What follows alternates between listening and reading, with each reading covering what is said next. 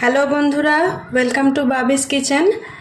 আজকে আমি আপনাদেরকে একটা লোটে মাছের রেসিপি দেখাচ্ছি। লোটে মাছের ফ্রাই।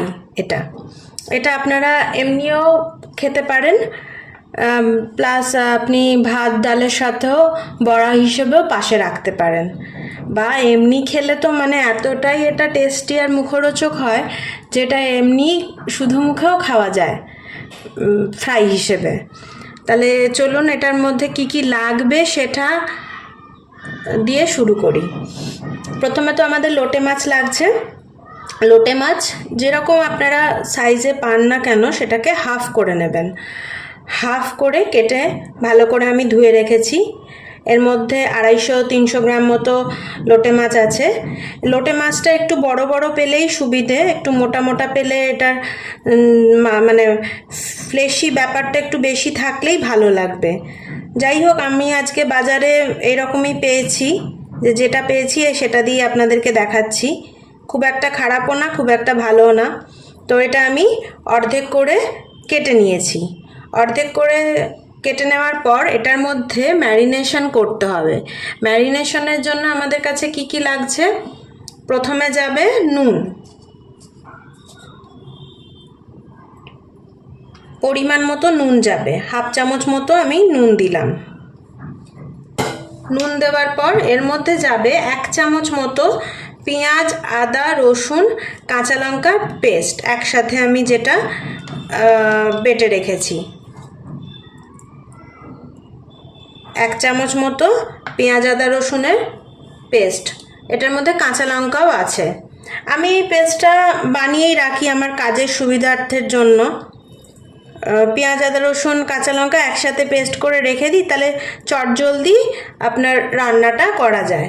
আর এর মধ্যে হাফ মতো পাতিলেবুর রস দিলাম। পাতিলেবুর রসটা এই জন্যে দিলাম কারণ লোটে মাছে একটা তো আষ্টে আষ্টে গন্ধ থাকে, খুব বেশি আষ্টে গন্ধ থাকে, তো সেটা কাটানোর জন্যই আর কি এই পাতিলেবুর রসটা দিলাম।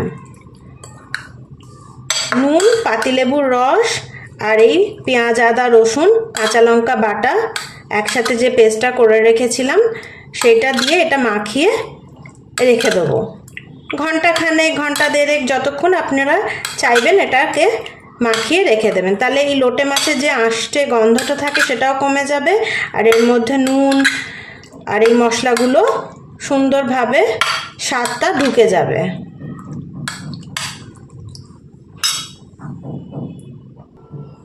লোটে মাছগুলো তো ম্যারিনেট করে রেখে দিয়েছি সাইড করে। এবার আমরা ওই ব্যাটারটা বানাবো যেটার মধ্যে ডুবিয়ে আমরা লোটে মাছগুলো ভাজবো। তার জন্য লাগবে, মানে রেশিওটা হবে 1:2। মানে আমি যদি 2 চামচ ময়দা নিই তাহলে 1 চামচ আমি কর্নফ্লাওয়ার নেব। এটা আমি 2 চামচ ময়দা নিলাম। আমি একটু বড় চামচ, মানে বড় এতে নিচ্ছি যেহেতু বারবার নিতে হবে না। আর 1 চামচ মতো কর্নফ্লাওয়ার নেব। এই রেশিওতে ব্যাটারটা হবে। আর তার সাথে যাবে পরিমাণ মতো নুন।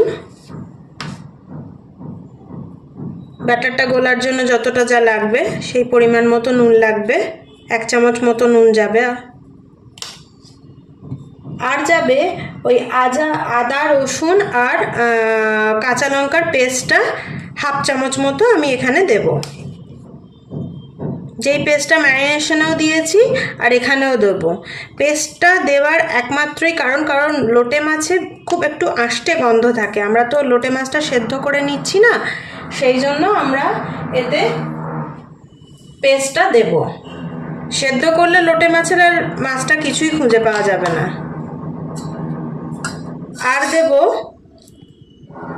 একটা পেঁয়াজ আর একটা কাঁচা লঙ্কা একটু কুচিয়ে নিয়ে দেবো, যাতে এই ব্যাটারটা ভাজার সময় গায়ে এগুলো লেগে থাকে আর খুব ভালো খেতে লাগে। আর একটু ধনেপাতা কুচোনো দেব, যেহেতু শীতকাল সেই জন্য ধনেপাতাটা অ্যাভেলেবেল থাকেই, সেই জন্য একটু এর মধ্যে ধনেপাতা দিয়ে দেবো। আর এর মধ্যে কিচ্ছু যাবে না। এবার জল দিয়ে এটাকে ভালো করে ব্যাটারটা বানিয়ে নিতে হবে।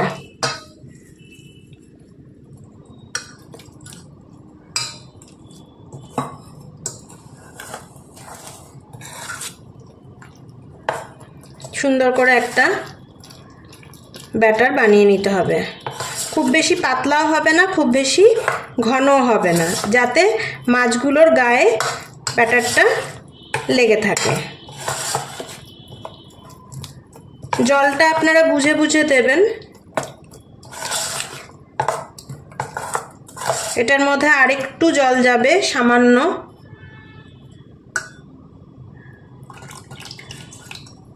সামান্য একটু জল গেল।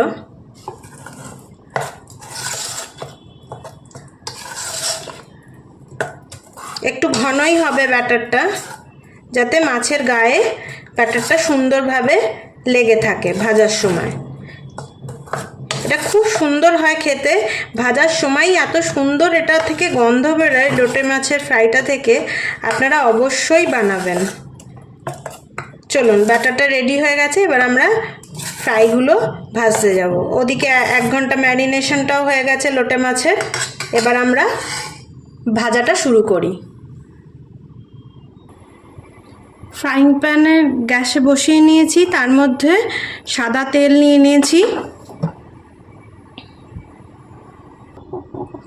ফ্রাইং প্যানে তেলটা দিয়ে তেলটা এবার গরম হয়ে গেছে। এবার একে একে লোটে মাছের মাখানো ম্যারিনেশন করা পিসগুলো একটা একটা করে ছাড়বো।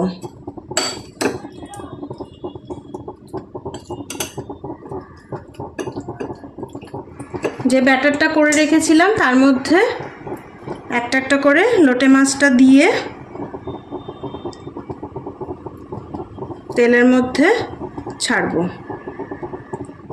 ছাড়ার সময় আঁচটা সিম করে রাখতে হবে, বেশি জোরে করলে হবে না। যদিও লোটে মাছটা নরমই, তবুও দেওয়ার সময় সিম করেই রাখতে হবে, কারণ একটা না হলে বেশি ভাজা হয়ে যাবে, একটা কম ভাজা হয়ে যাবে। সবগুলো আমরা ছেড়ে দিয়ে তারপরে আমরা মিডিয়াম ফ্লেমে আঁচটা দেব।